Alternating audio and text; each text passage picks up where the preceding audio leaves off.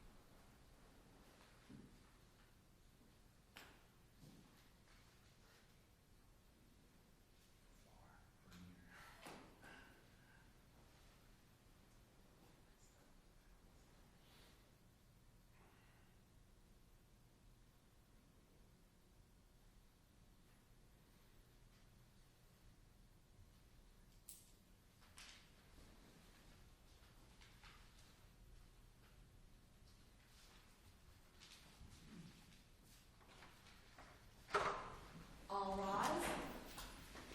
This court remains in session. Please be seated. All right, we're going to start the 11 o'clock session a little bit early, but I understand that everyone's here for the Ghanem case 12-4948 from the 5th District. Is that correct? Yes, sir. All right. We'll take up that case next then.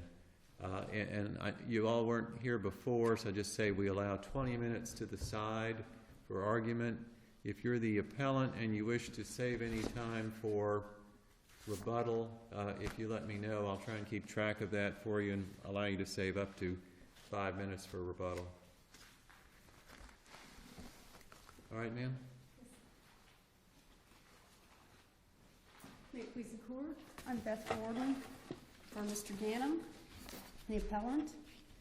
And there's nothing in this case that is unusual or a case of first impression. As a matter of fact, statute 61.075 states that the court must begin with the premise that the distribution should be equal unless there's a justification for unequal distribution.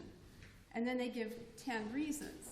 Well, the entire final judgment is devoid of any reasons for the 80-20 or so split, depending how you add it up, between cash and real estate.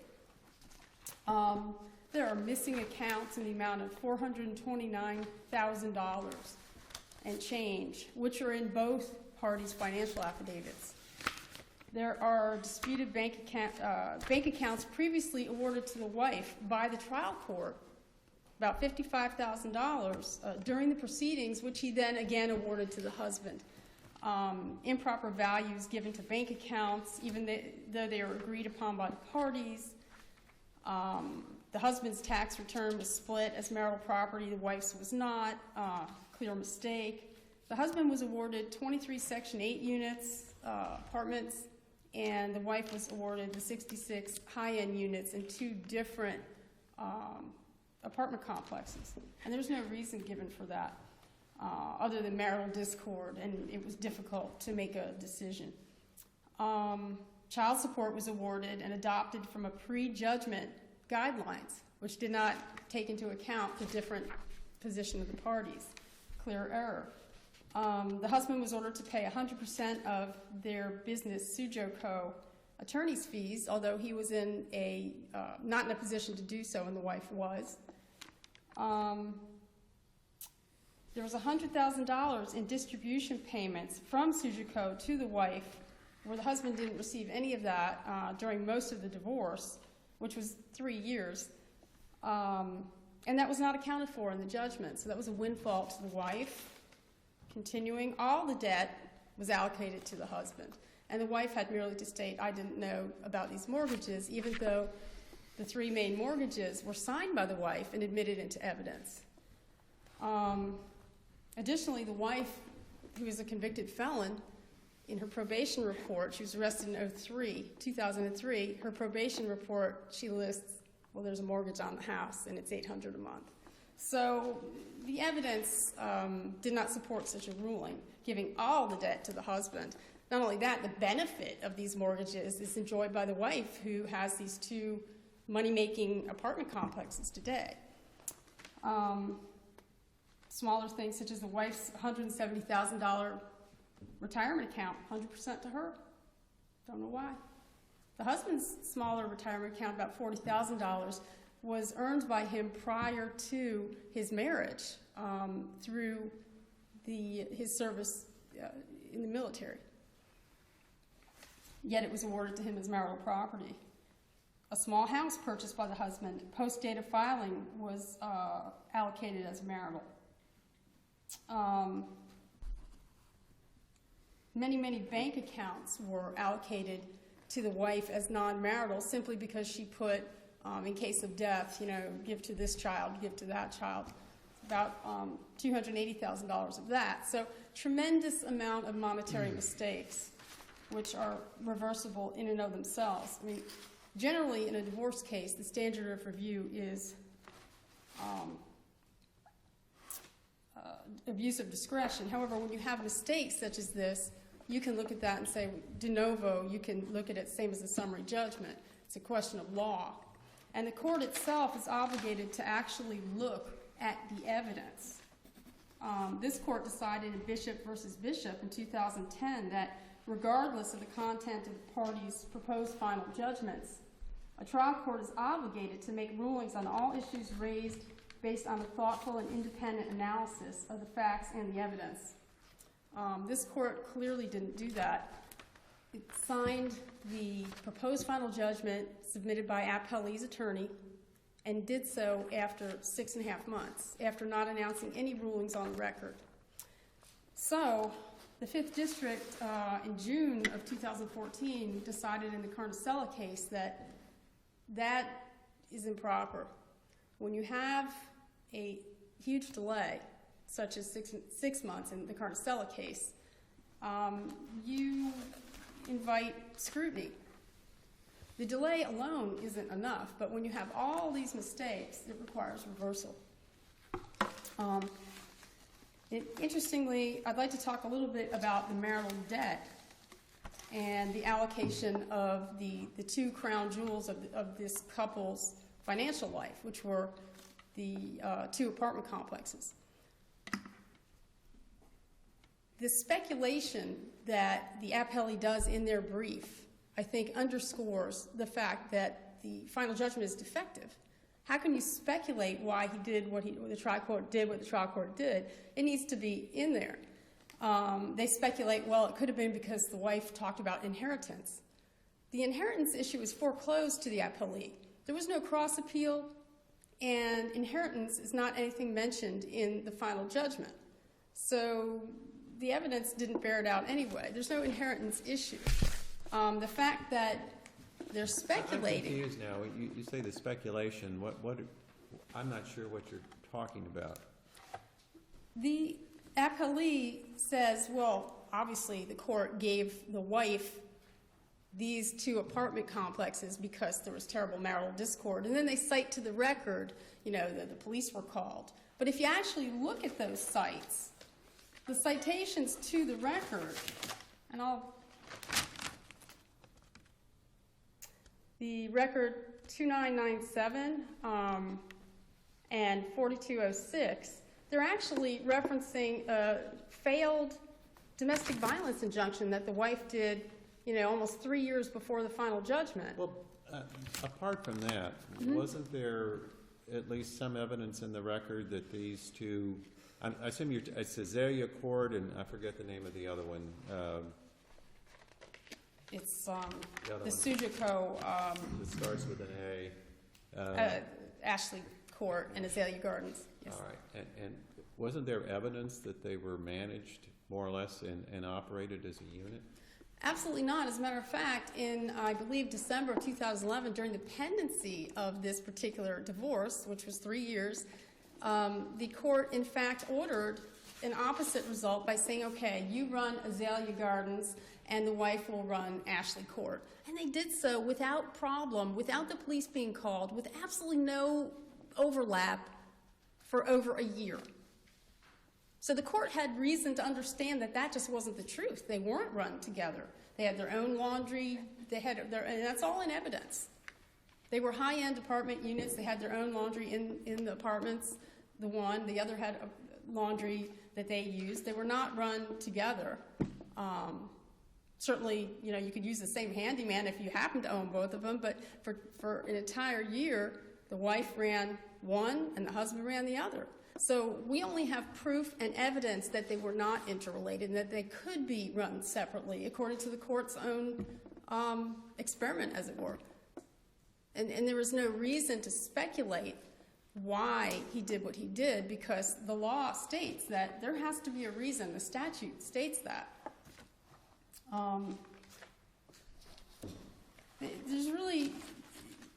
There are so many mistakes in this final judgment that it requires reversal, and only to reconstitute the equitable distribution, not to retry the case, of course. But if it were so easy to get out of a mortgage, you'd have only to sit there and say, I didn't know about that. I had no idea.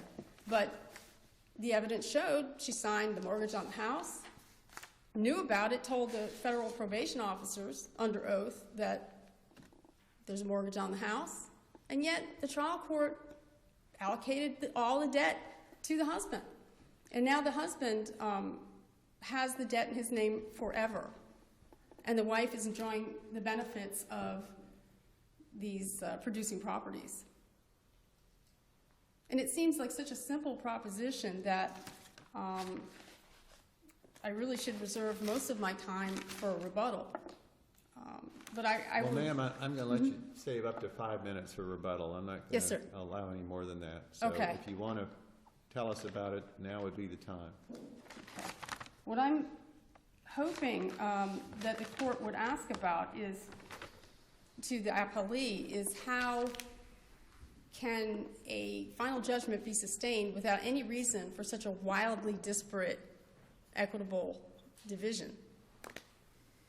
How can any court sustain that? I mean, the 5th District, there are numerous cases where they've reversed on less.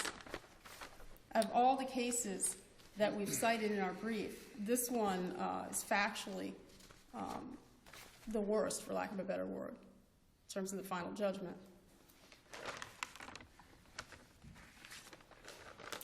For example, the wife testified about a loan from her sister, not a small loan, $150,000. She testified that the reason it wasn't in her first financial affidavit is because it was after that, it was post date of filing, and yet the court allocated that debt as marital. Another terrible mistake. Did you argue that that debt was an intentional incurrence of an unnecessary debt?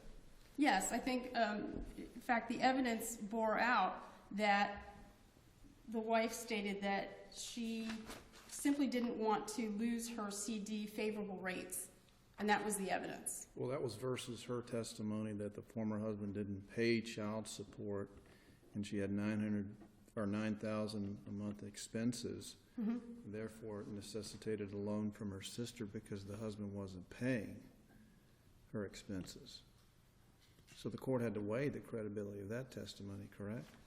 Yes, but the wife did state, excuse me, under oath that, in front of the court, that she had plenty of money in the bank.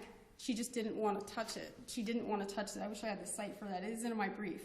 She didn't want to touch her money because it was in a CD with a favorable rate, so she didn't want to disturb it. But she had a tremendous amount of money in the bank, well over the $159,000.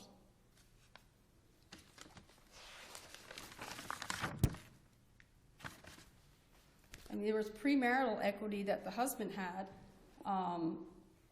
2 vacant properties in Ocala, and $31,000 in a Navy federal account, which was paid by his military pension exclusively, and there was no evidence, it was uncontroverted, and yet the judge allocated as marital.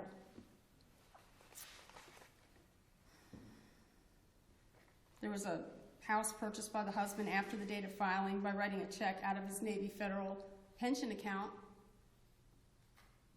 allocated as marital. The husband's mother's house, he was on it, you know, in case she died, she had him on the deed. At best, only half of that was marital and 1/4 of it was the wife's. The entire amount of $53,000 was allocated as marital, which is just sheer error, and this court can review that de novo in reverse.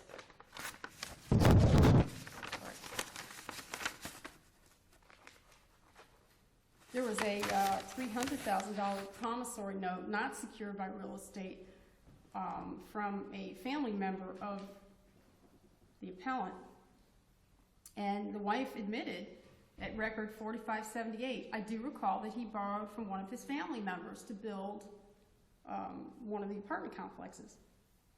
But she said, but he paid them back. But she never put in any evidence to support that she paid him back. So she knew about it. And yet, all the debt, every single mortgage or promissory note that this couple had was allocated to the husband. Certainly not, there was no attempt to make it equal, and there was no explanation for the 80-20 split. So clearly reversible.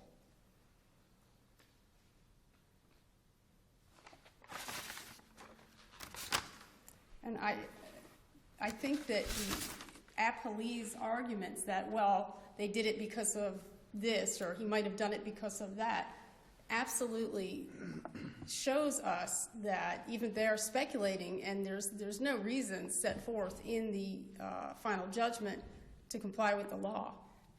Thank you. All right, ma'am, I'll allow you to have 5 minutes for rebuttal. Yes, sir.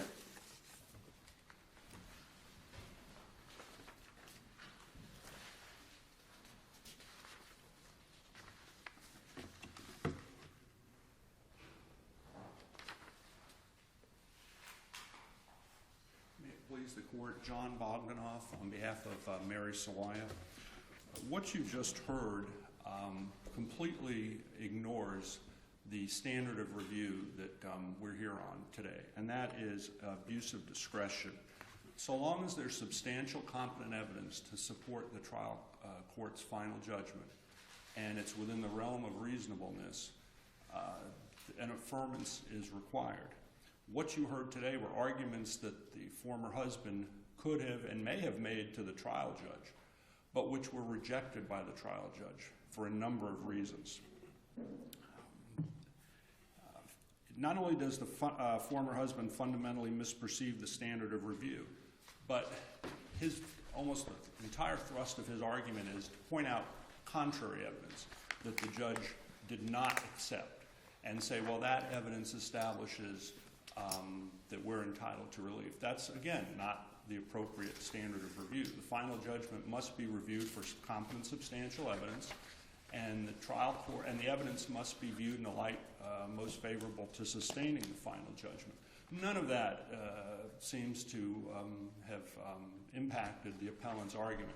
And their argument is simply to poke through the record and try to find evidence which is contrary to the substantial competent evidence that the trial court heard.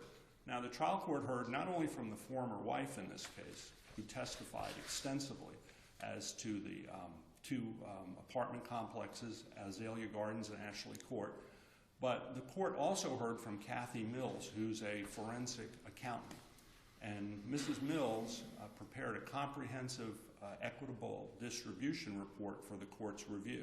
This report not only contains source documents, but it contained valuations, many of which, in fact, most of which on the real property, all the valuations had been stipulated to by the parties in a joint stipulation that was filed with the court. So Mrs. Mills took those valuations, took the source documents, and came up with a proposed equitable distribution. The former husband had no such evidence that he presented. In fact, the entire thrust of his case was his own testimony, which the trial court rejected. And in the final judgment, at the near the outset of the final judgment, you'll see where the trial judge refers to the fact that the former husband bought, sold, and mortgaged marital real property during the course of the marriage without the former wife's knowledge, that he engaged in self-dealing, that he used marital funds for his own personal use. Those are findings that the trial court made in the final judgment. Essentially, the former husband had no credibility, and his testimony was essentially discounted by the trial judge. Further, he offered very few source documents. In fact, Mrs. Mills testified she saw no source documents from the former husband in support of his testimony that he had purchased assets with his own non-marital funds. Essentially, the former wife testified that marital funds were used for all these properties.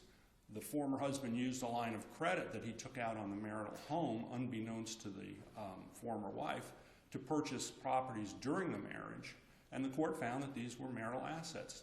The court found that the former husband did not overcome the presumption in Chapter 61 that properties and assets that are acquired during the marriage are presumptively marital assets. And the burden was on the former husband to establish they were not. And the trial court simply was unwilling to believe the former husband's testimony in that regard. Now,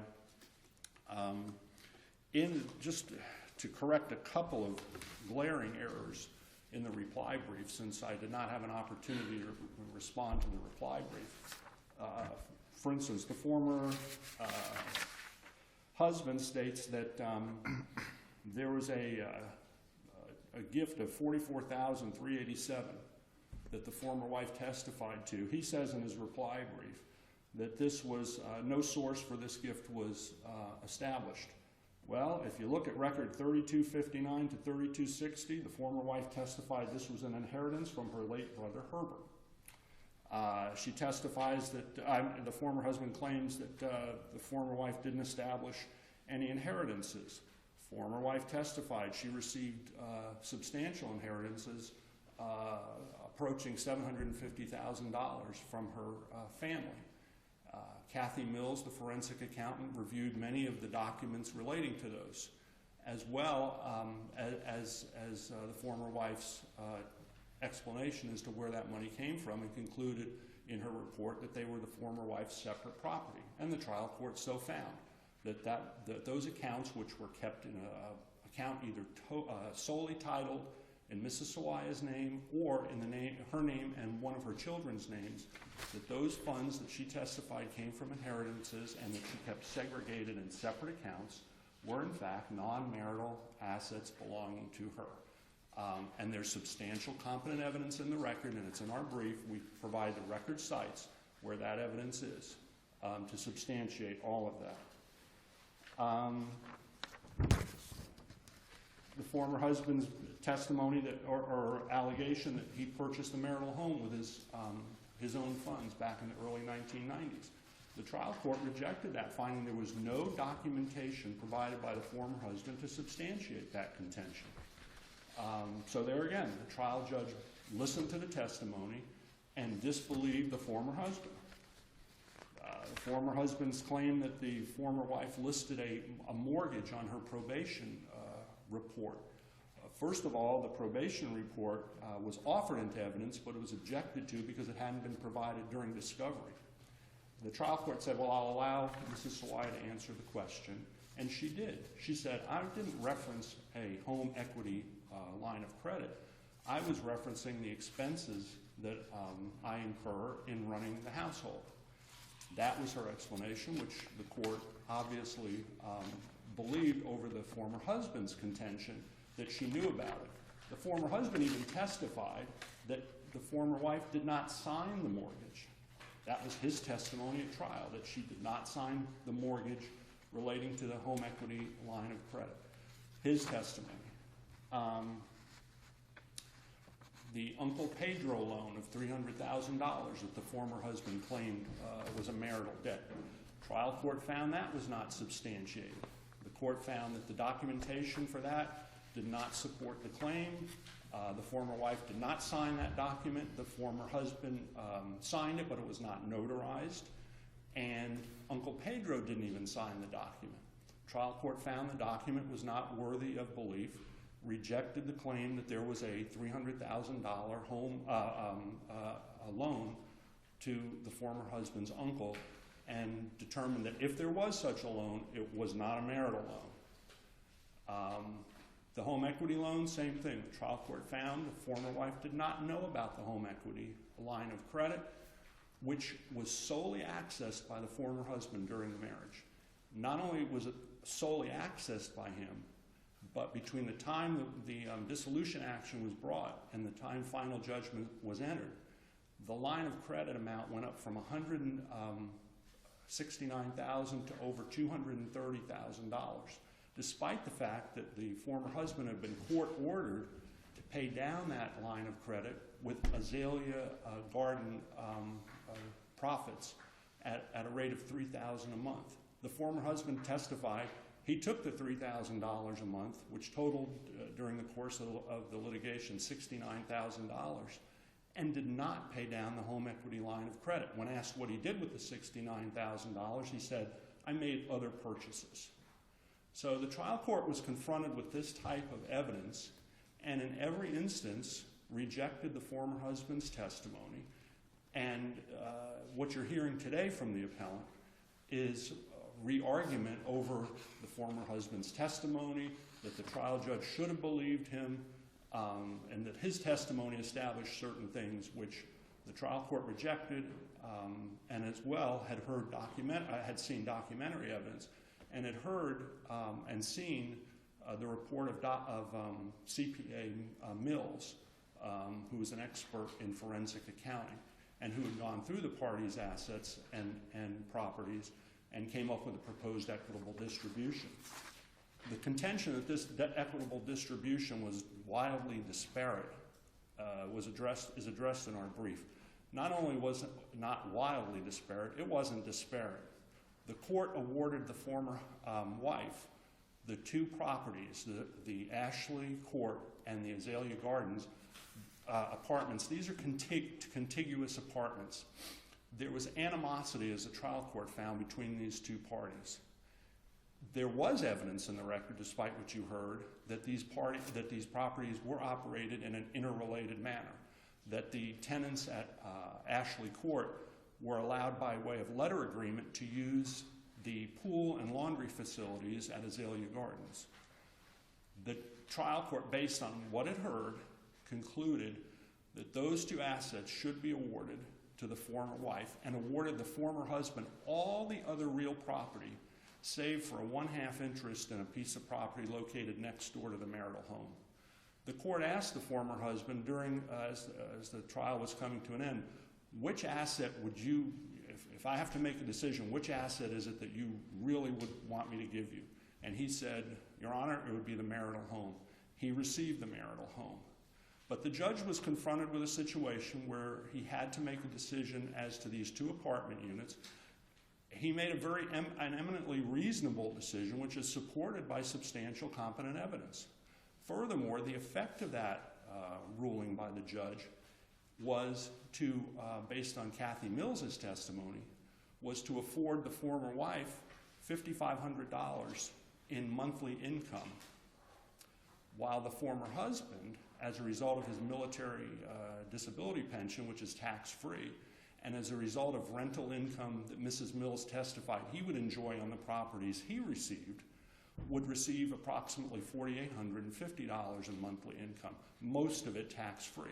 So the court actually did a very credible job in not only apportioning the assets, but in apportioning them in such a way that each party would substantially enjoy the same monthly income, so that there would be no need for alimony and support, which in this case there was none awarded because there was no need based on the distribution that the court made of these properties. The court also distributed the financial accounts of the parties based in large part on the testimony of Kathy Mills. In that instance, the former wife established that she had taken out a loan with her sister because the former husband was not paying support during most of the pendency of the litigation. There again, there was evidence, not only the former wife's testimony, but Kathy Mills' testimony that she had seen documentation for this. There was a promissory note executed in August of 2009 reflecting this loan, and there was an updated acknowledgement in 2011, written acknowledgement reflecting this loan. So when you hear there was no evidence, not only did the former wife testify that there was a loan with her sister, but Kathy Mills confirmed that she saw documents reflecting that there was in fact a promissory note and an updated acknowledgement indicating the existence of this loan. So there again, the trial court had ample factual basis for the decision that it made.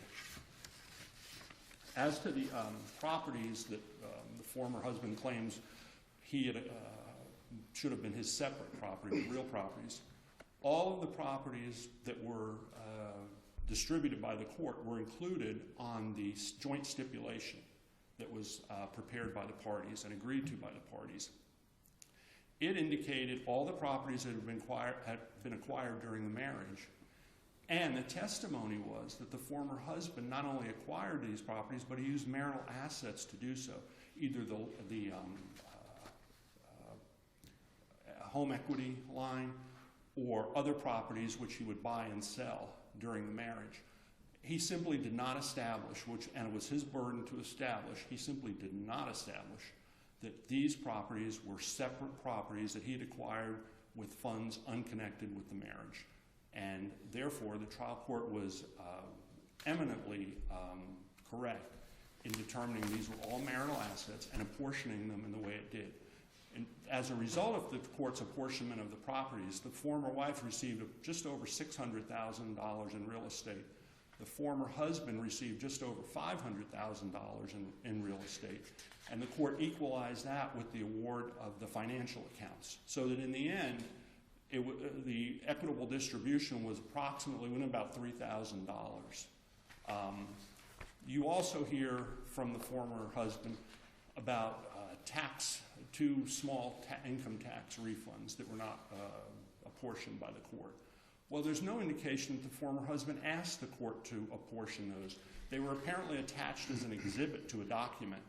There's no indication in the motion for rehearing that there was a request made of the court to apportion these, this small 2007 tax refund that the wife received. And yet the appellant wants to hold the trial judge in error for not doing something that he was not asked to do. So that's another aspect of this appeal that this court should not accept. There is simply no reason to afford the former husband a second bite at the apple so that he can go back now and attempt to get some sort of relief for something that he never established during the trial. Additionally, this claim of a 6-month delay between trial and the entry of the final judgment. The former husband fails to explain that he requested continuances during that period for the purpose of filing a proposed final judgment, and that the court granted him these continuances. So, first of all, the 6 months is not unreasonable based on the length of the trial in this case, the fact that the record is almost 20,000 pages.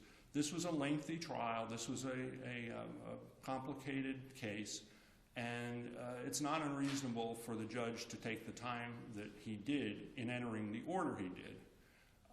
But furthermore, some of that delay was attributed to the former husband. So there's no basis, either in law or in fact, in this case, to find that the 6-month period was in any way reversible error.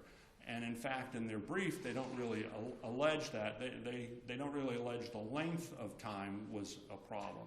They're more concerned with the fact that the judge did not make findings in their favor, and that the judge did not address, as is argued in the reply brief, that the judge failed to address all the evidence and all the contentions that the former husband raised. Well, the judge was not obligated to address every contention that the former husband made. The judge was obligated to make a ruling based on the assets that were before it, and not address each and every argument that the former husband might have made, or each and every piece of evidence that the former husband might have felt was favorable to his case. The only other issue, which I noticed wasn't addressed, but just in case it is on rebuttal, it relates to this purported stipulated separation agreement that the husband claimed. In fact, this was the centerpiece of his claim at trial, was that the parties had entered into a separation agreement in 2003, which provided for the separation of certain assets. The former wife completely denied that she entered into any such separation agreement. The court rejected the document, finding that its creation was suspicious, and that there were 2 experts who testified as to whether or not this document was valid. The one expert testified that he thought it could be a cut-and-paste job with the wife's signature placed on there, because the wife testified she had never signed such a document. The trial court found the former husband had failed to establish through the evidence that this document was valid, and so the court rejected that document. Therefore, in rejecting that, rejected the former husband's claim that he and the wife had agreed to divide their assets in a certain manner back in 2003.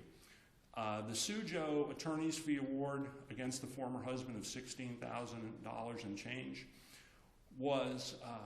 is amply supported by the evidence. There was testimony that the former husband paid his own attorney out of that account without court approval. There was testimony that he had taken funds from Sujo and, in fact, had been court-ordered to cease and desist and had been replaced as the managing partner of Sujo because of his actions. So the court was within the realm of reason in determining that the former husband, having taken this money from Sujo, he should be responsible now for paying the $16,000 in attorney's fees that Sujo ordered, not the former wife. And this claim about $100,000 in Sujo profits during the course of the trial, there again, that was not substantiated by the evidence. It was not argued to the judge. It was not raised in the motion for rehearing that somehow there was all this profit that was not considered by the trial court. Mr. Bogdanoff, you've exceeded your time, and at this point you need to wrap up, sir.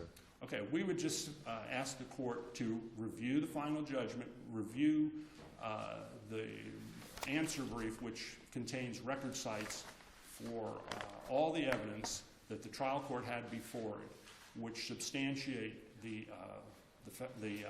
final judgment, and that no abuse of discretion has been established by the former husband. Thank you. Thank you, sir. All right, Ms. Gordon, you have 5 minutes left for rebuttal. And the appellee chose not to speak about the missing accounts, and the standard of proof, that's $480,000. The standard on review is not abuse of discretion for that. When it comes to designation of items as marital or non-marital, or even the fact that the parties put those accounts in their financial documents and the court just didn't count for them, almost $500,000, this court has stated that in Tradler versus Tradler, 2012, the standard is de novo, not for abuse of discretion. And it is the court's duty to independently look at the evidence in the financial documents, and not just rely on the parties' proposed judgments. And the fact is that the proposed judgments did not include all the evidence, and it resulted in a very inequitable situation to my client. And if the trial judge was going to punish Mr. Ganem for paying out of Azalea, paying his attorney's fees, he had to so state in the judgment. The judgment doesn't state that. It says this one did self-dealing, this one was convicted, they blame each other, but it didn't say, okay, this is why there's an 80-20 split. The fact is, the figures on the real estate are just not right. They don't include the mortgages. When you read the record at page 1831, which I cited in my brief, one of the emergency motions that the wife filed states that the two most valuable marital assets are Azalea Garden Apartments and Sujiko, a closely held corporation owned by members of the Ganem family. And then they state in paragraph 4 on the same page, since this court's final judgment rendered October of 2011 on the issue of Sujiko stock ownership, the wife has been the manager of Ashley Court Apartments and the husband has been the manager of Azalea Garden Apartments at all times during the pendency of this dissolution of marriage action. The wife considered those two apartments to be their main assets. The wife ended up with pretty much all of those main assets. The kids got 20% of one of them. As a matter of fact, when the wife, and this is part of the record on appeal, when the wife wanted a receiver, to watch over those two main assets, they did not even request that the Section 8 housing that the husband ended up with be attended to by that receiver. Just wasn't important to him because it didn't make money, and that's what he ended up with. So the trial court was obligated to independently go through the evidence and make an equitable distribution, did not do so. Aside and apart from the $480,000 of missing unaccounted for bank accounts, there's $280,000 that was solely in the wife's name and for which there was no proof of inheritance, and certainly the final judgment doesn't mention any inheritance. And we have here at record 235. This is a statement period from GTE from April 1st of 2009 to May 30th, 2009. I think that the filing date was 2 days before that. And you have $276,000 solely in Mary Sawaya's name, solely in her name. Somehow, later, the kids got on it. So there's a lot of monkey business, a lot of funny business going on, and it was the trial court's duty to sift through that and say what is marital, what is not marital. This court does not have to find abuse of discretion, although there was an abuse of discretion, clearly. This court has only to review the evidence de novo and decide, well, you know what, that $480,000 should have been accounted for. We need to reverse. It's not accounted for. Thank you. All right. Thank you both.